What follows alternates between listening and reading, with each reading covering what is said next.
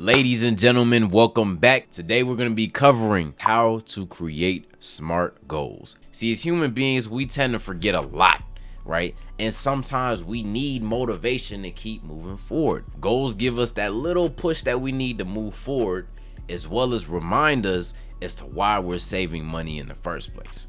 So for this one, we brought out the whiteboard so y'all can see exactly what it is that we have to do to create these goals.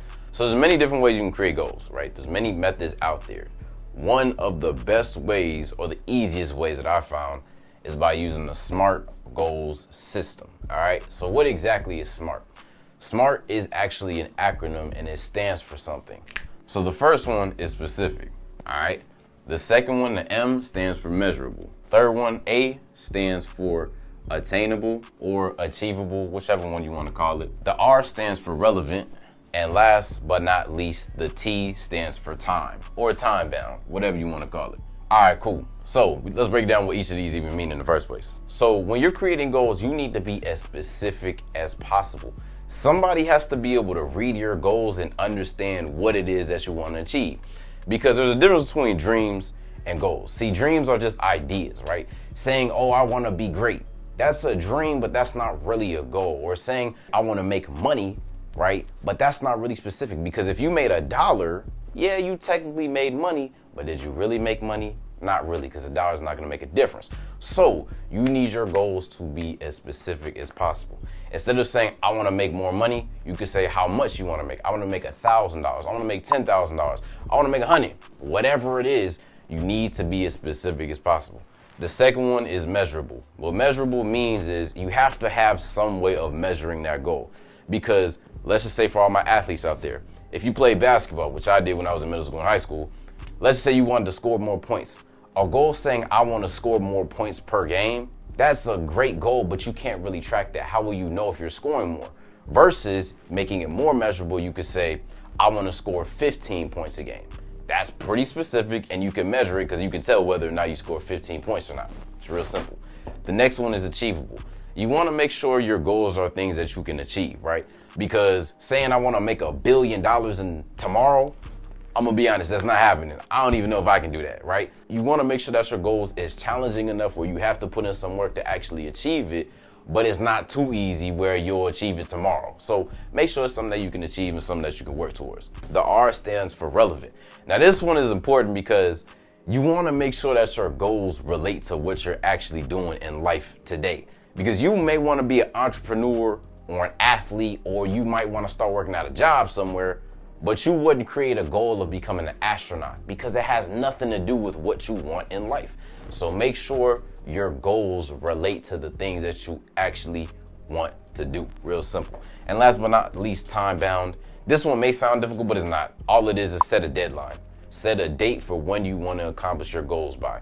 Whether it's a week, a month from today, 3 months from today, 6 months, a year, 5 years, 10 years, whatever. Just pick a date on when you want to achieve the goals that you have for yourself. So now that we broke down the SMART goal system, what we're going to be doing is creating our own goals. The first step that you must do when creating goals is you have to set a deadline. All right. When do you want to accomplish these goals? What I find is quarterly goals are the best goals to have because they're not too long where I might start procrastinating, putting it off and do it later, but it's not too close where I feel like I'm rushing to actually make the goal happen. So whatever today's date is at the top of your page, or when you start creating your goals, put the date is 3 months from today. In this case scenario, our date is December 31st, just cause. So we're gonna put the date at the top, or deadline, right, for when we wanna accomplish these. The first thing I want you to do after you made your deadline is write the word priorities. Write that down, everybody. The reason why we put priorities first, or I like to do it, is I like to think about what area in my life do I want to get better in.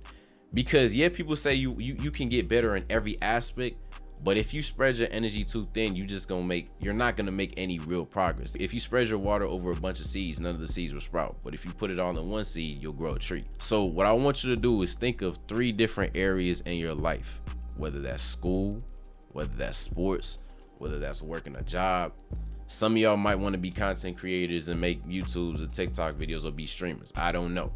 but I need you to come up with at least 3 to 5 different areas that you want to get better at. Everybody should be writing down school. That should be one of them. The second one, if you play a sport, whatever sport you play, for me, it would be basketball if I was still in high school. Again, these are just generic areas that we want to get better at. Another one would be health. For me, I like working out. I get in the gym 4 days a week, eating right.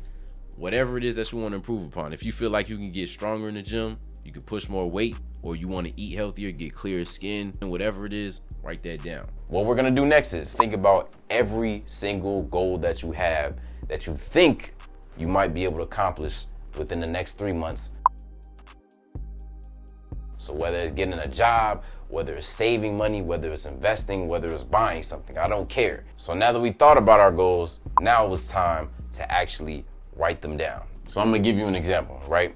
So the first one is, let's just say you wanted to get a job because you wanted to make some money. That could be number one. Let's say you want to work at Target.